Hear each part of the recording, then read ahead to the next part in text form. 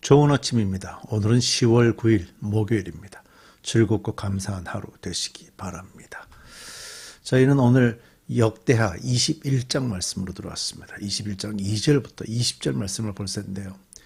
여호사밧의 왕위를 이어서 그의 맏아들인 여호람이 왕위에 올랐습니다. 여호사밧은 그의 모든 아들들에게 골고루 재산, 권력, 영향력 이런 것들을 잘 나눠줬고요. 맏아들에게는 왕권을 내려 주었습니다. 오늘 말씀 13절을 보면 그 왕권을 받은 여호람보다 그의 동생들이 더 착했다라는 표현이 기록되고 있거든요. 아마도 더 훌륭한 지혜와 덕을 갖추고 있었던 동생들이었던 것으로 보입니다. 그러니까 이 말은 여호람의 동생들 역시 왕권을 이어받을 만한 그런 사람들이었다라는 평가를 성경이 이제 기록을 해놓은 것 같은데요. 그런데 이제 왕권은 누가 받았어요? 여호람이 받게 됐죠. 여호람이 받았다는 이유는 그는 맏아들이었기 때문에 받은 것으로 보이고요. 왕위를 이어받았고 그의 동생들에게는 몫을 잘 분배해서 편안하게 살게 하고 또 그들이 여호람 왕에게 대들지 못하도록 형에게 대들지 못하도록 미리 조치를 한 사람이 바로 아버지 여호사밧 왕이었던 것으로 보입니다. 그러니까 이제 이런 면에서 아버지 여호사밧은 그의 아들들에게 매우 친절했고 공평했다 하는 평가를 내릴 수가 있겠죠. 자, 이런 면에서 왕위를 이어받은 여호람도 이런 아버지의 뜻에 좀 감사하고 아버지를 존경하고 따랐어야 됐는데 그렇지를 못했습니다. 이 여호람은요, 아버지 여호사밧이 북이스라엘 아합과 맺은 그 결혼 동맹 그것을 그대로 지킴으로써 여호람 왕의 인생과 함께 남유다까지 여호람 왕이 따르시던 그 기간에 나라 전체가 혼란에 빠지게 되었습니다. 그래서 여호람과 결혼을 한 아합과 이세벨 간에 태어난 아달랴 공주, 이 아달랴 공주가 왕비가 되면서 남유다를 흔들어 놓았죠. 그의 부모에게서 본 것을 남유다에 그대로 적용해서 하나님의 성전이 있는 나라 유다가 혼란에 빠지게 되었습니다. 북이스라엘 아합과 결혼 동맹을 맺음으로써 하나님과 약속했던 다윗의 뜻을 계속 이어받지 못했던 여호람 왕을 학자들은 비열한 왕이다, 악한 왕이다 이런 평가들을 내놓고 있습니다. 자, 우리 함께 이 여호람 왕에 대해서 살펴보겠습니다. 2절입니다. 여호사밧의 아들 여호람에게는 아우들이 있었다. 그의 아우 아사랴와 여히엘과 스가랴와 아사랴와 미가엘과 스바다는 모두 이스라엘의 여호사밧 왕이 낳은 아들이었다. 여호람의 아버지 여호사밧은 여호람의 아우들에게는 은, 금과 보물과 요새화된 유다의 성읍들을 후하게 선물로 주었고 여호람은 맏아들이었으므로 왕의 자리를 내주었다. 그러나 여호람은 아버지의 뒤를 이어 왕위에 올라 세력을 굳히자 자기 아우들을 모두 죽이고 이스라엘 지도자들 얼마도 함께 칼로 죽였다. 그러니까 악을 행하는 사람들의 특징이 뭐죠?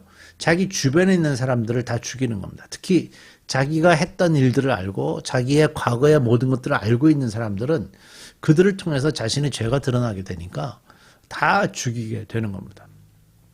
그러니까 물불을 가리지 않았어요. 자신의 세세한 것을 알고 있는 주변 사람들을 다 죽였습니다. 그런데 이 죽임을 당한 이 사람들을 좀 상상해 보면 아마 이 사람들은 오히려 아버지 여호사밧 왕 앞에서 충신의 일들을 했던 사람이었을 것으로 추정이 됩니다. 그러니까 아버지가 늘 찾았던 하나님을 향한 마음이 아들 여호람에게는 없었다는 거죠. 그러니까 자기 마음대로 이런 일들을 하고 있었던 거죠. 5절 여호람이 왕이 되었을 때에 그는 32살이었다. 그는 예루살렘에서 8해 동안 다스렸다. 그는 아합의 딸을 아내로 맞아들였기 때문에 아합 가문이 한 대로 곧 이스라엘 왕들이 간 길을 갔다. 이와 같이 하여 그는 주께서 보시기에 악한 일을 행하였다. 그러니까 북이스라엘 왕 아합의 딸을 아내로 맞이했기 때문에 북이스라엘 아합 가문이 한 대로 곧 이스라엘, 유다가 아니라 북이스라엘의 한 길을 그대로 따라갔다라고 이렇게 표현을 해놨죠. 그러면서 그 길은 하나님이 보시기에 악한 길이었다라고 아주 구체적으로 설명을 하고 있어요. 하나님이 보시기에 악한 길은 뭡니까? 간단하게 하나님의 생각, 하나님의 말씀을 따르지 않는 길입니다. 그 중에 대표적인 것이 우상 숭배죠. 우상을 숭배하면 우상을 섬기는 문화가 이렇게 들어오게 되잖아요. 하나님은 뭐라 그랬어요? 야훼 하나님만 예배하라고 그랬는데 그러면서 그 구약성경에서 강조하는 것이 섞지 말라고 그러죠. 섞지 말라. 섞지 말라고 했는데 우상 가족과 결혼 동맹으로 결혼했어요. 그러다 보니까 우상 문화가 들어왔고요. 그것이 하나님을 예배하는 문화와 섞이게 되는 겁니다. 그 섞임으로 여호람 왕의 문제가 시작되었다. 이 길은 하나님이 보시기에 악한 길이다. 이렇게 설명을 지금 하고 있는 겁니다. 7절. 그러나 주께서는 다윗 왕가를 멸망시키려고 하지 않으셨다. 일찍이 주께서 그의 종 다윗과 언약을 맺으시고 다윗과 그 자손에게서 왕조의 등불이 영원히 꺼지지 않게 하시겠다고 약속하셨기 때문이다. 사무엘하 7장 13절을 보면요. 선지자 나단을 통해서 다윗 왕조에 이런 약속을 하십니다. 너의 생애가 다하여서 네가 너의 조상들과 함께 묻히면 내가 네 몸에서 나올 자식을 후계자로 세워서 그의 나라를 튼튼하게 하겠다. 자, 북이스라엘은 다윗의 후손이 아닌 사람이 왕이 됐죠. 여로보암이라는. 그리고 남유다에서는 지금 계속해서 다윗의 후손이 왕이 되고 있어요. 그래서 하나님은 반드시 다윗의 후손을 통해서도 이스라엘을 계속 지켜주시겠다고 약속하신 거죠. 그러나 그 후손들이 지금 점점 죄악으로 가고 있는데 하나님은 아직 약속을 지키시겠다고 하시고 계시는 거예요. 8절. 여호람이 다스리는 동안에 에돔이 유다의 반기를 들고 자기들의 왕을 따로 세웠다. 에돔은 원래 이방 사람들이었어요. 근데 이제 다윗 시대에 이스라엘의 속국이 됐고요. 뭐 또 솔로몬 시대에 또 속국에서 풀려났다가 다시 또 속국이 되기도 하고 뭐 이런 과정을 거쳤지만 현재까지는 에돔이 이제 유다 소속으로 되어 있었는데 여호람이 엉뚱한 짓을 하고 나라를 제대로 못 다스리니까 자기 민족이 나가서 독립을 하게 된 겁니다. 그러니까 그 유다의 지금 유다라는 나라 안에서 여호람의 세력이 급격하게 이렇게 떨어지고 있다. 이렇게 볼 수가 있는 거죠. 9절. 여호람은 지휘관들을 이끌고 병거대를 모두 출동시켰다가 병거대 지휘관들과 함께 에돔 군대에게 포위를 당하고 말았다. 그러나 밤에 에돔 군대의 포위망을 뚫고 빠져나왔다. 이와 같이 에돔은 유다에 반역하여 그 지배를 벗어나 오늘날까지 이르렀고 림나 성읍이 반란을 일으켜서 여호람의 지배에서 벗어난 것도 같은 무렵이다. 그가 이런 변을 당한 것은 주 조상의 하나님을 저버렸기 때문이다. 그 에돔을 잡겠다고 쫓아갔는데 결과적으로 오히려 포위당해서 간신히 빠져나오는 걸로 살았죠.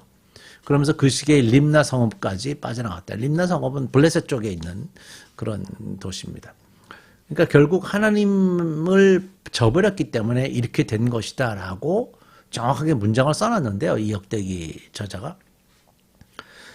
오늘 우리가 읽고 있는 건 열왕기서에도 비슷한 내용이 같이 기록이 되고 있거든요. 근데 열왕기서에는 이 문장이 없어요. 그가 이런 변을 당한 것은 주 조상의 하나님을 저버렸기 때문이다. 그러니까 결국 이 저자는 어떤 식으로 해석을 한 건가 하면 여호람이 이렇게 나라를 조금씩 잃어가고 있는 것은 하나님을 버렸기 때문에 이런 결과가 일어나고 있다라고 이제 보고 있는 거죠. 11절. 그는 또 유다의 여러 산나에 산당을 세우고 예루살렘 주민에게 음행을 하게 하였고 유다 백성을 그릇된 길로 가게 하겠다. 이게 여호람의 죄악이고요. 아합이 했던 걸 그대로 따라했어요. 아합이 했던 거를 나중에 이제 묵상하게 되면 똑같이 나와요. 똑같이. 12절. 그래서 엘리야 선지자가 그에게 다음과 같은 글을 보냈다. 임금님의 조상 다윗의 주 하나님께서 이렇게 말씀하십니다. 내가 유다 왕 내 아버지 여호사밧이 가던 길과 내 아버지 아사가 가던 길을 따르지 아니하고 오히려 이스라엘 왕들이 걷던 길을 따라가고 있다. 유다와 예루살렘 주민으로 음행을 하기를 마치 아합 왕가가 하듯 하였다. 또 너는 내 아버지 집에서 난 자식들 곧 너보다 착한 아우들을 죽였다. 이제 나 주가 내 백성과 내 자식들과 내 아내들과 내 모든 재산에 큰 재앙을 내리겠다. 또 너는 장차에 중병이 들고 그 병이 날로 더 악화되어 마침내 창자가 빠져나올 것이다. 자, 선지자 엘리야가 여호람의 아버지 엘리사벳과 할아버지 아사 왕의 길을 가지 않았다라는 걸 좀 지적하고 있죠. 그러니까 아사 할아버지와 여호사밧 왕이 굉장히 선한 왕이었다라는 걸 지금 계속해서 지적을 하고 있고, 특히 우리가 지난 며칠 동안 이분들에 대한 그 행적들을 봤죠. 이분들이 선한 왕이었다라는 거를.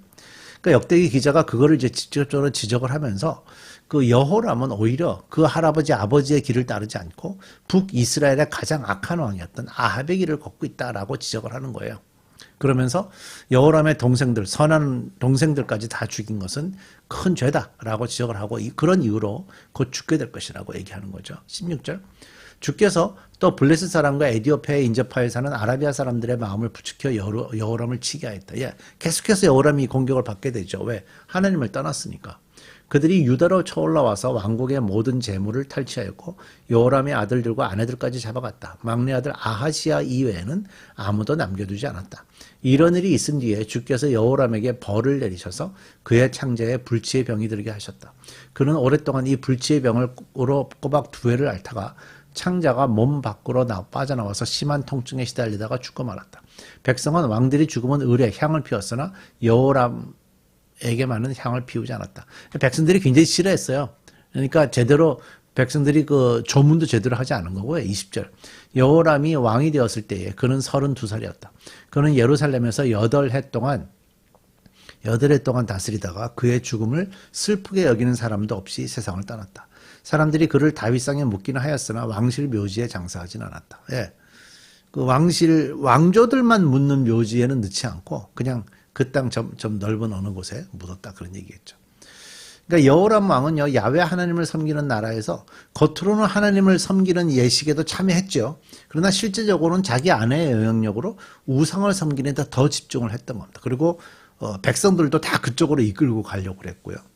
하나님이 창조한 인간은요, 두 주인을 섬길 수 없어요. 우리는 하나님이 창조하셨기 때문에 창조주 야훼 하나님만 섬기는 게 맞습니다. 우리 기도하겠습니다. 하나님, 우리가 이 땅을 살면서 많은 유혹들이 있고 많은 흔들림들이 있습니다. 그러다 보면 꼭 필요할 때 하나님보다 세상의 어떤 그런 영향력에 휘둘릴 때가 있는데 우리가 잘 돌아보게 하시고 우리를 만드신 분은 하나님이라는 사실을 확인하게 하시고 오직 하나님만 예배하며 살아가는 저희들 되게 해 주옵소서. 예수님의 이름으로 기도드립니다.